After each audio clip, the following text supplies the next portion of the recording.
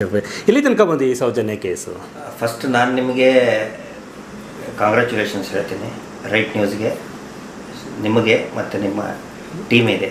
ಯಾಕಂತ ಹೇಳಿದರೆ ಈಗ ತಾವು ಕೇಳಿದರೆ ಸೌಜನ್ಯ ಹೋರಾಟ, ಸೌಜನ್ಯ ನ್ಯೂಸ್ ಏನೇನು ನಡೀತಾ ತುಂಬ ಜನಕ್ಕೆ ಆಸಕ್ತಿ ಈಗ ಇಡೀ ರಾಜ್ಯಾದ್ಯಂತ ಇದೆ. ಹೌದು ಹೌದು. ಆದರೆ ಒಂದು ಟೈಮು ಹೆಂಗಿತ್ತು ಅಂತ ಹೇಳಿದರೆ, ಪಾಪ ಮಹೇಶ್ ಶೆಟ್ಟಿ ತಿಮರೋಡಿ ಅವರು ಈ ಹೋರಾಟವನ್ನು ಧ್ವನಿ ಎತ್ತಿದಾಗ ಎಲ್ಲರಿಗೂ ಕೂಡ ನಾವು ಪ್ರಸಾರ ಮಾಡಬೇಕು ಅಂತ ಅಂದವರು ಒಂದು ಭಯ ಇತ್ತು. ಆಮೇಲೆ ಏನಾಯಿತು, ಈ ಒಂದು ವರ್ಷದ ಹಿಂದೆ, ಹತ್ತಿರ 1.5 ವರ್ಷದ ಹಿಂದೆ ದಕ್ಷಿಣ ಕನ್ನಡದಲ್ಲಿರುವಂಥ ಕೆಲವು ಚಾನಲ್ಗಳು, ಪೇಜು, ಸಂಚಾರಿ ಸ್ಟುಡಿಯೋಸ್, ಆನಂತರ ಈ ನಮ್ಮ third I, Akshara media Davanagere, ಕೆಲವೊಂದಿಷ್ಟು ಮತ್ತು ಇನ್ನೊಂದು 3-4 ಹ್ಯೂಮನ್ ರೈಟ್ಸ್ ಇತ್ತು. ಅವ್ರು ಯಾಕೆ ಗಟ್ಟಿಯಾಗಿ ನಿಂತ್ಕೊಂಡ್ರಂದ್ರೆ ಅವ್ರಿಗೆ ಗೊತ್ತಿತ್ತು. ಬಟ್ ನೀವು ರೈಟ್ ನ್ಯೂಸ್ ಏನಂತ ಹೇಳಿದ್ರೆ ಇದರಿಂದ ಎಂಟ್ರಿ ಆದ್ರಿ, ಏನೋ ಮೀಟರ್ ಬಡ್ಡಿ ದಂಧೆ ಅಂತ. ಹೌದು, ಮೀಟರ್ ಬಡ್ಡಿ ದಂಧೆ ಒಂದು ಸಾರಿ ನೀವು ಮಾತಾಡ್ಬಿಟ್ರೆ ಅತಿ ಹೆಚ್ಚು ಬೈಗಳು ಬರ್ತದೆ, ಜನಸಾಮಾನ್ಯರಿಂದ ಅಲ್ಲ. ಅದು ಅವರ ಸಂಸ್ಥೆಯ ಅವರೇ ಸಾಕೊಂಡಿರುವಂತ ಅದನ್ನ ಮೆಟ್ಟಿ ನಿಂತ್ಕೊಂಡು ನೀವು ಗಟ್ಟಿಯಾಗಿ ಇದು ಇವತ್ತಿನವರೆಗೂ ಕೂಡ ಕ್ಯಾರಿ ಮಾಡ್ತಾ ಇದ್ದೀರಿ. ಹಿಂಗಾಗಿ ನಿಮ್ಮನ್ನ ನಿಜವಾಗ್ಲೂ ಕೂಡ ನಾವು ಮೆಚ್ಚಬೇಕು, ಇಡೀ ರಾಜ್ಯದ ಜನತೆ ಮೆಚ್ಚಬೇಕು. ಮತ್ತೆ ನಿಮ್ಮಿಂದ ಅನೇಕ ಬದಲಾವಣೆಗಳು, ರೈಟ್ ನ್ಯೂಸ್ ಇಂದ ಅನೇಕ ಬದಲಾವಣೆಗಳು ಆಗಿದೆ. ಮುಂಚೆ ನಮ್ಮ ಕೂಡ್ಲಾ ರಾಂಪೇಜ್ ಅದನ್ನ ಬ್ರೇಕ್ ಮಾಡಿದ್ರು, ಆನಂತರ ಸಂಚಾರಿ ಸ್ಟುಡಿಯೋ ಅವರು ಕೂಡ ಇದನ್ನ ಮಾಡಿದ್ರು. ಈಗ ಅವರೆಲ್ಲ ಸೌಜನ್ಯ ಕೇಸಲ್ಲಿ ಮಾಡ್ತಾ ಇದ್ದಾರೆ. ಬಟ್ ನೀವು ಎಲ್ಲಿಯೂ ಕೂಡ ಫೋಕಸ್ ಡೈವರ್ಟ್ ಆಗ್ಲಾರ್ದಂಗೆನೆ ಕಂಟಿನ್ಯೂಸ್ ಆಗಿ ಈ ಫೀಲ್ಡ್ ಅಲ್ಲಿ ಇದ್ರಿ. It is really great achievement ಇದು. ಅಫ್ಕೋರ್ಸ್ ಅಲ್ಲ, ನಾನು ಬಿಡ್ತೀನಿ ಅಂದ್ರು ಜನ ಬಿಡಕ್ಕೆ ರೆಡಿ ಇಲ್ಲ ಸರ್. ಹೆಂಗಾಗ್ಬಿಟ್ಟಿದೆ, ದಿನಕ್ಕೆ ಕಡಿಮೆ ಅಂದರೆ ಒಂದು 100 ಜನ ಮಾಡ್ತಾರೆ. 100 ಜನದ 50 ಕಾಲ್ ರಿಸೀವ್ ಮಾಡಿದ್ರು ಕೂಡ ಒಬ್ಬೊಬ್ರು 20 ನಿಮಿಷ ಮಾತಾಡ್ತಾರೆ. 20 ನಿಮಿಷ ಕಡಿಮೆ ಇದ್ರೆ ಮಾತಾಡ್ತಾರೆ. ಸರ್ ನನಗೆ ತೊಂದರೆ ಆಗ್ತಿದೆ, ಮನೆಯೊಳಗಡೆ ನುಗ್ಗಿ ಹೊಡಿತಾರೆ, ಅಶ್ಲೀಲವಾಗಿ ಬೈತಾರೆ, ನೀನು ಯಾವ ಜೊತೆನಾರು ಹೋಗು ನಂಗೆ ದುಡ್ಡು ಕೊಡೆ ಅಂತ ಬಂದಾಗ ಬೈತಾರೆ, ನಂಗೆ ಲೆಕ್ಕಗಳು ಕೊಡ್ತಾ ಇಲ್ಲ. ಎಷ್ಟು ಸಮಸ್ಯೆ, ಪ್ರತಿಯೊಬ್ಬರು ಇದೇ ಸಮಸ್ಯೆ ಆಗಿತ್ತು. ಅನಂತರ ನನಗೆ ಗೊತ್ತಾಯ್ತು, ಸ್ಟಡಿ ಮಾಡಿದಾಗ ಒಂದಷ್ಟು ಡಾಕ್ಯುಮೆಂಟು ನೋಡಿದಾಗ ಗೊತ್ತಾಯಿತು ಇಲ್ಲಿ ಇಷ್ಟು ದೊಡ್ಡ ಮಟ್ಟದ ಆಳ ಇದೆ ಅಂತ. ನಮ್ಮ ಭಾರತ ದೇಶ ಕಂಡಂಥ ಅತಿ ದೊಡ್ಡ ಭ್ರಷ್ಟಾಚಾರ ಇದೆಯೇನೋ ಅಂತ ಅನಿಸ್ತಾ ಇದೆ ನನಗೆ. ಬಿಗ್ಗೆಸ್ಟ್ ಸ್ಕ್ಯಾಂಡಲ್ ಇದು. ಮುಂಚೆ ನನಗೆ ಒಂದು ಸೀನಿಯರ್ ಆಫೀಸರ್ಸ್ ಜೊತೆಗೆ ಮಾತಾಡ್ಬೇಕಾದ್ರೆ ಅವ್ರು ಒಂದು ಹೇಳಿದರು, ಇವರು ಏನು ಈ ಯೋಜನೆ ಅಂತ ಇಟ್ಕೊಂಡು ಪ್ರಭಾವಿ ವ್ಯಕ್ತಿಗಳಿದಾರಲ್ಲ, ಇವರು ಚಾರ್ಲ್ಸ್ ಶೋಭರಾಜನ್ನ ಮೀರಿಸ್ತಾರೆ ಫೇಕ್ ಮಾಡೋದ್ರಲ್ಲಿ. ಆಫೀಸರ್ಸ್ ದಾಖಲೆಗಳನ್ನು ಸೃಷ್ಟಿ ಮಾಡೋದು, ಮತ್ತೆ ಇದ್ದಂತಹ ದಾಖಲೆಗಳನ್ನ ತಪ್ಪಾಗಿ ಜನರ ಮುಂದೆ, ಅಧಿಕಾರಿಗಳ ಮುಂದೆ ತೋರಿಸೋದ್ರಲ್ಲಿ ಇವರು ಚಾರ್ಲ್ಸ್ ಶೋಭರಾಜ್ ಅಂತ ಹೇಳಿದ್ರೆ ಅವನು ಈ ಫ್ರಾಡ್ಸ್ಟರ್ ಜಗತ್ತಿನಲ್ಲಿ, ಅಂಡರ್ ವರ್ಲ್ಡ್ ನಲ್ಲಿ ಫ್ರಾಡ್ಸ್ಟರ್ ನಲ್ಲಿ ಮೀರಿಸಿದವ್ರು ಯಾರು ಇದ್ದಿದ್ದಿಲ್ಲ. ಈಗ ಇವರು ಅವನನ್ನ ಮೀರಿಸ್ತಾರೆ. ಈ ತರ ಮಾತಾಡಿ ನೀವು ಧಮಕಿ ಹಾಕ್ಸ್ಕೊತೀರಿಪ್ಪ. ಇಲ್ರಿ, ಅವ್ರು ಭಯದಲ್ಲಿದ್ದಾರೆ. ಒಂದು ನಾನು ನಿಮಗೂ ಹೇಳ್ತೀನಿ, ಎಲ್ಲರ ಗಮನಕ್ಕೂ ತರ್ತೇನೆ. ಅವ್ರಿಂತ ನನಗೆ ವೈಯಕ್ತಿಕ ನಾನು ಹೇಳ್ತೇನೆ, ನನಗೆ ಯಾವುದೇ ಹೆದರಿಕೆ ಇಲ್ಲ. ನಮ್ಮಿಂದ ಅವ್ರಿಗೆ ಹೆದರಿಕೆ ಇದೆ, ಅವ್ರು ಹೆದರ್ಕೊಂಡಿದ್ದಾರೆ. ನನಗೆ ಯಾವ ಚಿಂತೆನೂ ಇಲ್ಲ. ಅವ್ರು ಯಾರ್ರೀ? ಒಬ್ಬ ಫ್ರಾಡನಿಗೆ ಫ್ರಾಡ್ ಅನ್ನೋದು ತಪ್ಪ. 420ಗೆ 420ನೇ ಅನ್ಬೇಕು, ರೇಪಿಸ್ಟಿಗೆ ರೇಪಿಸ್ಟೇ ಅನ್ಬೇಕು, ಕೊಲೆಗಡಕನಿಗೆ ಅನ್ಬೇಕು, ಒಳ್ಳೆಯ ಸಾಧು ಸಂತರಿಗೆ ಸಾಧು ಹೇಳಬೇಕು. ಹೌದು, ಇವರು ಕೊಲೆಗಡಕರು ಮತ್ತೆ they are the biggest fraudster. 7 acre 50 cents ಜಾಗನ, ಸರ್ಕಾರಿ ಜಾಗನ 4,000 ಎಕರೆ ಇದ್ದಂಥವ್ರು ನಾನು ಭೂರಹಿತ ಬಡವ ಅಂತೇಳಿ ಒಂದು ಫೇಕ್ ಡಾಕ್ಯುಮೆಂಟ್ ಮಾಡಿ 7 ಎಕರೆಯನ್ನ ಸರ್ಕಾರಿ ಜಮೀನನ್ನ ಒಳಗಡೆ ಹಾಕೋತಾರೆ ಅಂದ್ರೆ ಇವ್ರು ಎಂತ ಫ್ರಾಡ್ ಇರ್ಬೇಕು. 50 ವರ್ಷದಿಂದನೇ ಅಪ್ಪ. It is long 50 years back ಇದು. ಆಗಿನ ಕಾಲ ನೋಡಿ, ಆಗಿನ ಕಾಲದಲ್ಲಿ ಒಂದು ಸಣ್ಣ ಕಳ್ತನ ಮಾಡಿದ್ರೆ ಜೀವನ ಪರ್ಯಂತ ಕಳ್ತನ ಪಟ್ಟ ಇರ್ತಾ ಇತ್ತು. ಈಗ ತುಂಬಾ ಜಾಸ್ತಿ ಆಗಿಬಿಟ್ಟಿದೆ. ಬಟ್ 50 years ಬ್ಯಾಕ್ ಯಾವ ರೀತಿ ಯಾಮರ್ಸಿದ್ದಾರೆ ನೋಡಿ. ಇವರಿಗೆ ಸಿಕ್ಕಂತಹ ಬಹಳ ಸುಲಭದ ಅಸ್ತ್ರ ಅಂತ ಹೇಳಿದ್ರೆ, ಒಂದು ಕವಚ ಅಂತ ಹೇಳಿದ್ರೆ ದೇವಸ್ಥಾನ, ಧರ್ಮಸ್ಥಳ. ಏನೇ ಮಾತು, ದೇವರು ಬಡ್ಡಿ, ಮೀಟರ್ ಬಡ್ಡಿ ದಂಧೆ ಪ್ರತಿಯೊಂದು ಇದರಲ್ಲಿನೂ ಓಂ ನಮೋ ಮಂಜುನಾಥಾಯ ನಮಃ ಅಂತ ಬರುತ್ತೆ. ಇದೇ ಇರುತ್ತೆ. ಈಗ ಸೌಜನ್ಯ ಕೇಸ್ ಅದ್ರ ಬಗ್ಗೆ ಮಾತಾಡೋಣ ಸರ್. ಸೆಕೆಂಡ್ ಎಪಿಸೋಡಲ್ಲಿ ಸೌಜನ್ಯ ಕೇಸ್ ಎಲ್ಲಿವರೆಗೂ ಬಂತು, ಮತ್ತೆ ಮುಂದೆ ಹೋರಾಟ ಏನು, ಜನ ಕಾಯ್ತಾ ಇದ್ದಾರೆ, ನಮಗೂ ಮೆಸೇಜ್ ಮಾಡ್ತಾ ಇದ್ದಾರೆ. ಜನಕ್ಕೆ ಈಗ ಅವೇರ್ನೆಸ್ ಗೊತ್ತಾಗ್ತಾ ಇದೆ. ಎಲ್ಲೊಂದು ಕಡೆ ಮುಚ್ಚಿಟ್ಟಂಥದ್ದು ಇವಾಗ ಭುಗಿಲೆದ್ದಿದೆ. ಹೌದು, ಆ ಭುಗಿಲೆದ್ಕೋ ಕಾರಣನೂ ಅವರೇನೆ.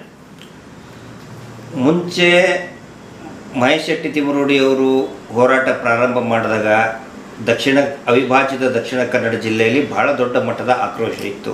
ಅದಾದ ನಂತರ ನಾವೆಲ್ಲರೂ ಕೂಡ ಕೈ ಜೋಡಿಸಿದ್ವು. ಅವಾಗ ರಾಜ್ಯದ ಕೆಲವೊಂದು ಭಾಗಗಳಲ್ಲಿ ಗೊತ್ತಾಯ್ತು ಈ ಕಾನೂನಿನ ಪ್ರಕ್ರಿಯೆಯಲ್ಲಿ ಎಲ್ಲಿ ಎಡವಿದೆ, ಇನ್ವೆಸ್ಟಿಗೇಷನ್ ಎಲ್ಲಿ ಎಡವಿದೆ ಅನ್ನೋದನ್ನ ನಾವು ಹೇಳಿದ್ವಿ.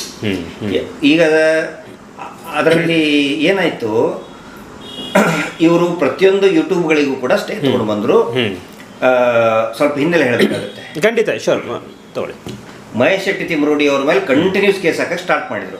ಮಹೇಶ್ ಶೆಟ್ಟಿ ತಿಮರೋಡಿ ಅವರು ಎಲ್ಲೂ ಕೂಡ ಮತ್ತು ಅವರ ಹಿಂಬಾಲಕರು ಎಲ್ಲೂ ಕೂಡ ಸೌಜನ್ಯ ಪ್ರಕರಣದ ಬಗ್ಗೆ ಮಾತಾಡಬಾರದು ಅಂತ ಹೇಳ್ತಾ ಇವರು ಮಾತಾಡ್ಬೇಕಾದ್ರೆ ದೇವಸ್ಥಾನಕ್ಕೆ ಅಪಮಾನ ಮಾಡ್ತಾರೆ, ಹಿಂದೂ ದೇವಸ್ಥಾನಕ್ಕೆ ಅಪಮಾನ ಮಾಡ್ತಾರೆ ಅಂತ ಹೇಳಿ ಒಂದು ಸ್ಟೇ ತಗೊಂಡ್ಬಿಟ್ರು.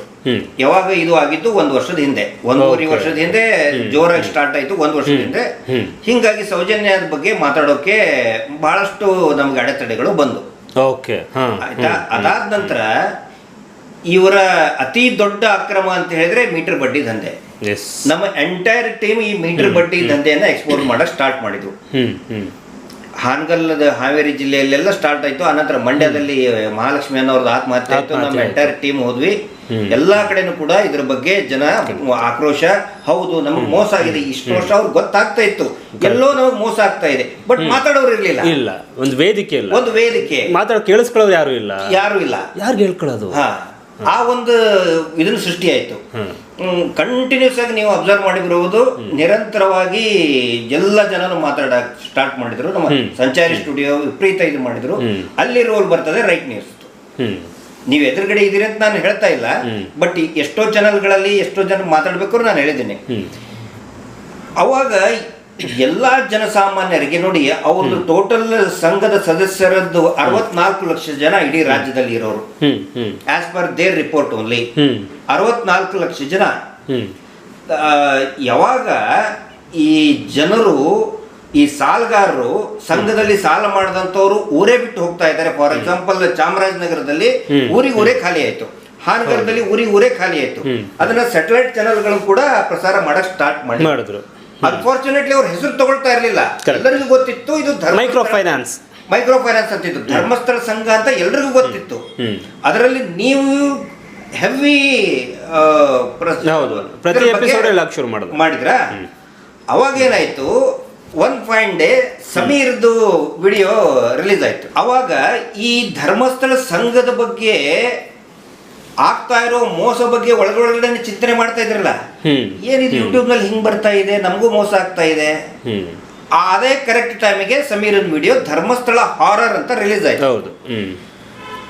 ಈ SKDRDP ಅಕ್ರಮಗಳದ್ದೇನಿದೆಯಲ್ಲ, ಅದು ಒಂಥರ ಏನೋ ರೆಡಿ ಅಂದ್ರೆ ಒಂದು ಖಂಡಿತವಾಗಿ ಒಂದು ಜಾಗೃತಿಯನ್ನ ಸೃಷ್ಟಿ ಮಾಡಿತ್ತು. ಆ ಹಿನ್ನೆಲೆಯಲ್ಲಿ ಎಲ್ಲರೂ ಕೂಡ ಸಮೀರನ್ ವಿಡಿಯೋ ಏನಾಯ್ತು, ಓ ಹೌದಲ್ಲ, ಎಸ್ ನೋಡಿ, ಯಾವುದೇ ನೀವು ಕೂಡ ಆಸ್ ಎ ಯೂಟ್ಯೂಬರ್ ಮತ್ತೆ ಮುಂಚೆ ಟಿವಿ ಚಾನಲ್ ಅಲ್ಲಿ ಕೆಲಸ ಮಾಡಿದಿರಿ, ಯಾವಾಗ ಒಂದು ವಿಡಿಯೋ ಸುದ್ದಿ ನಿಖರತೆ ಇದೆ ಮತ್ತೆ ಹೌದು ನಾನು ಕೂಡ ಮೋಸ ಹೋಗಿದ್ದೀನಿ ಅಥವಾ ನಾನು ಎಂಟರ್ಟೈನ್ಮೆಂಟ್ ಅಂತ ಹೇಳಿದ್ರೆ ಅವನು ಖುಷಿ ಪಟ್ಟಾಗ ಇನ್ನೊಬ್ಬರಿಗೆ ಶೇರ್ ಮಾಡ್ತಾನೆ. ಇಲ್ಲಿ ಮೋಸ ಹೋಗಿದ್ದು ಹೌದು ನಾನು ಮೋಸ ಹೋಗಿದ್ದೀನಿ ಅನ್ಕೊಳ್ಳೆ, ಸೊ ಹಿ ಸ್ಟಾರ್ಟೆಡ್ ಶೇರಿಂಗ್. ಹಿಂಗಾಗಿ ಈ ನೀವು ಎಲ್ಲರೂ ಕೂಡ ನೀವು ಎಂಟೈರ್ ಟೀಮ್ ಈ ಇದರದ್ದು ನೀವು ಜಾಗೃತಿ ಕ್ರಿಯೇಟ್ ಮಾಡಿದ್ರಲ್ಲ, ಆ ಹಿನ್ನೆಲೆಯಲ್ಲಿ ಸಮೀರಂದು ಒಂಥರ ವೈಲ್ಡ್ ಫೈರ್ ತರ ಹೋಗ್ಬಿಡ್ತು. ಇಮಿಡಿಯೇಟ್ ಆಗಿ 10 ಲಕ್ಷ 20 ಲಕ್ಷ 30 ಲಕ್ಷ ಹೋಗ್ತಲ್ಲ, ಅದು ಜನಕ್ಕೆ ಅದೇ ಫೈರ್ ಆಗೋಯ್ತು. ಹೌದಲ್ಲ, ಪ್ರತಿಯೊಬ್ಬರ ಮನಸ್ಸಿನಲ್ಲಿ ಫೇಕ್ ಇದ್ರೆ ಸರ್ ಯಾರು ಫಾರ್ವರ್ಡ್ ಮಾಡೋದಿಲ್ಲ. ಫಸ್ಟ್ ಆಫ್ ಆಲ್ ಹೌದು, 1-2 ಲೈನ್ ನೋಡಿ ಅಥವಾ 1-2 ನಿಮಿಷ ನೋಡಿ ಹೆಡ್ಡಿಂಗ್ಸ್ ನೋಡಿ ಪಾಸ್ ಅದನ್ನ ಕ್ಲೋಸ್ ಮಾಡ್ತಾರೆ. ಬಟ್ ಯಾವಾಗ ಇದು ನಿಜ ಇದೆ ಅಂತ ಅನ್ಸಕ್ ಸ್ಟಾರ್ಟ್ ಆಯ್ತು ನಿಮ್ಮ ಈ ಒಂದು ಹಿನ್ನೆಲೆಯಲ್ಲಿ, ಅವಾಗ ಸಮೀರ್ ವಿಡಿಯೋದಲ್ಲಿ ಒಂಥರ ಪಿಕ್ಚರೈಸೇಷನ್ ಟೈಪ್ ಮಾಡಿ ಕರೆಕ್ಟ್ ಆಗಿ ಏನೇನು ದಾಖಲೆಗಳ ಸಮೇತನೆ ಕೊಟ್ಟ ಜನರಿಗೆ ಹಿಡಿಸ್ತು. ಸಮೀರ್ ವಿಡಿಯೋದಿಂತ ಅನೇಕ ಜನ ಮಹೇಶ್ ಶೆಟ್ಟಿ ತಿಮರೋಡಿ ಅವರು ಏನು ಬಾಯಿ ಮಾತಿಂತರ ಹೇಳ್ತಾ ಇದ್ರು, ಅದನ್ನ ಇವನು ಒಂಥರ ಪಿಕ್ಚರೈಸೇಷನ್ ಮುಖಾಂತರ ಸಮೀರ್ ಹೇಳ್ಬಿಟ್ಟ. ಇಡೀ ರಾಜ್ಯಾದ್ಯಂತ ಮತ್ತೆ ಒನ್ಸ್ ಅಗೇನ್ ಇಡೀ ರಾಜ್ಯಾದ್ಯಂತ, ಅವಾಗ ಬರೀ ದಕ್ಷಿಣ ಕನ್ನಡ ಜಿಲ್ಲೆಗಳಿಗೆ ಸೀಮಿತವಾಗಿತ್ತು. ಧ್ವನಿ ಇಡೀ ರಾಜ್ಯಾದ್ಯಂತ ದೇಶದಾದ್ಯಂತ ಹೊರ ದೇಶಗಳಲ್ಲೂ ಕೂಡ ಕೆಲವು ನನಗೂ ಫೋನ್ ಮಾಡಿದೆ ಕೆಲವೊಂದು ವಿಷಯ ಸರ್. ಇಸ್ರೇಲ್ ನಲ್ಲಿ, ಆನಂತರ ಕೆನಡಾ, ಹಾಂಗ್ಕಾಂಗ್ ನಲ್ಲಿ, ಅರಬ್ ಕಂಟ್ರೀಸ್ ನಲ್ಲಿ, ದುಬೈ, ಬಹರೈನ್ ಎಲ್ಲ ಕಡೆನೂ ಕೂಡ ಜನಕ್ಕೆ ಒಂಥರ ಇದು ಹೌದು ನಾವು ಯಾಕೆ ಸುಮ್ಮನೆ ಕುಂತಿದ್ದೀವಿ, ಗಿಲ್ಟಿ ಫೀಲಿಂಗ್ ಸ್ಟಾರ್ಟ್ ಆಗಿದೆ. ನಾವು ಹೋರಾಟದಲ್ಲಿ ಭಾಗಿಯಾಗಲಿಲ್ಲ ಅಂತ ಹೇಳಿದ್ರೆ ನಮ್ಮದೇ ತಪ್ಪು ಅನ್ನೋ ರೀತಿ ಆ ಲೆವೆಲ್ಗೆ ಜಾಗೃತಿ ಆಗಿದೆ. ಇದಾದ್ಮೇಲೆ ಏನಾಯ್ತು, 6ನೇ ತಾರೀಕಿಗೆ ರಾಮನವಮಿ ದಿನ ಎಲ್ಲಿ ಸೌಜನ್ಯಾಳನ್ನ ನಡುರಾತ್ರಿ ಕೊಲೆ ಮಾಡಿ ಬೆತ್ತಲೆ ಮಾಡಿ ಅನಾಥವಾಗಿ ಅವಳ ಶವ ಬಿದ್ದಿತ್ತು. ಅದೇ ಜಗದಿಂದ ಹೋರಾಟದ ಸಂಕಲ್ಪ ಮಾಡಿ ಬೆಳ್ತಂಗಡಿವರೆಗೆ ಒಂದು ನ್ಯಾಯದ ಯಾತ್ರೆ ಅಂತ ಇಟ್ಕೊಂಡಿತ್ತು. ಹೌದು, ಎಸ್. ಇನ್ನೇನು ಅದು ರವಿವಾರ ಇತ್ತು. ಶುಕ್ರವಾರ ರಾತ್ರಿ ಸ್ಟೇ ತಗೊಂಡ್ಬಿಡ್ತಾರೆ. ಯಾರು? ನಾವು ಬಹಳ ದೊಡ್ಡವರು, ನಕಲಿ ದೇವಮಾನವ ಅಂಡ್ ಗ್ಯಾಂಗ್.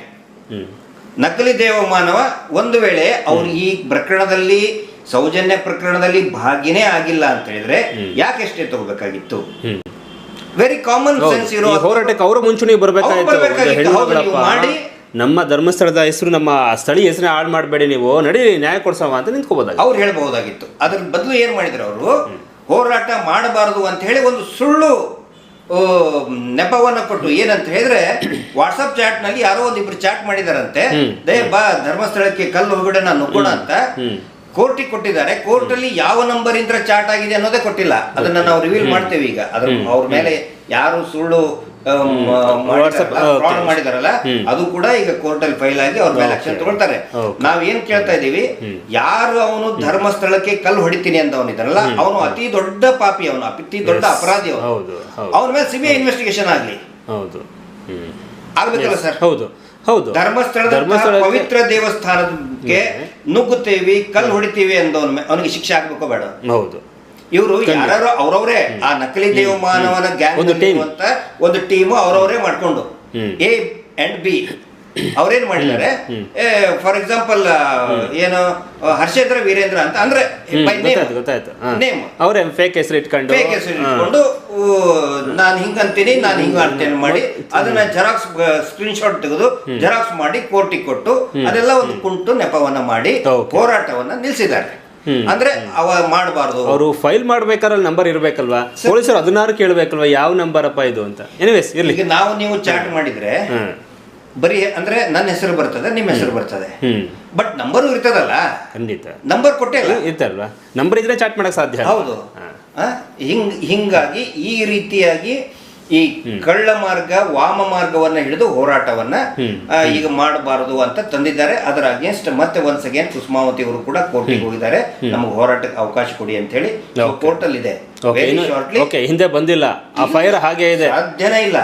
ಒನ್ಸ್ ಅಗೇನ್ ಮತ್ತೆ ಕುಸುಮಾವತಿ ಅವರು ಫೈಲ್ ಮಾಡಿದ್ದಾರೆ, ನಮಗೆ ಅವಕಾಶ ಕೊಡಿ, ಅವರು ತಪ್ಪು ಹೇಳಿದ್ದಾರೆ ಅಂತ ಹೇಳಿದ ಕೂಡ ಅದು ಹಿಯರಿಂಗ್ ಸ್ಟೇಜ್ ನಲ್ಲಿ ಇದೆ. ಕೋರ್ಟ್ ಇಂತ್ರ ಆದೇಶ ಮತ್ತೆ ಅದು ತೆರವಾಗುತ್ತೆ. ಸ್ಟೇ ಮಾಡಿದ್ರೆ ತೆರವು ಆಗ್ಲೇಬೇಕು. ಅದಾದ ನಂತರ ಮತ್ತೆ ತಮ್ಮ ಗಮನಕ್ಕೆ ನಾವು ತರ್ತೀವಿ. ಅತಿ ದೊಡ್ಡ ಮಟ್ಟದ ಹೋರಾಟ ಬೆಂಗಳೂರಿನಲ್ಲಿ ಆಗುತ್ತೆ. ನಮ್ಮ ರೈಟ್ ನ್ಯೂಸ್ ನೋಡುವಂತ ಎಲ್ಲಾ ಪ್ರೇಕ್ಷಕರಿಗೆ ನಾನು ಕೈ ಮುಗಿದು ವಿನಂತಿ ಮಾಡ್ಕೊಳ್ತೇನೆ, ದಯವಿಟ್ಟು ಶಾಂತಿಯುತವಾದಂತ ಹೋರಾಟ ಇದು. Right news.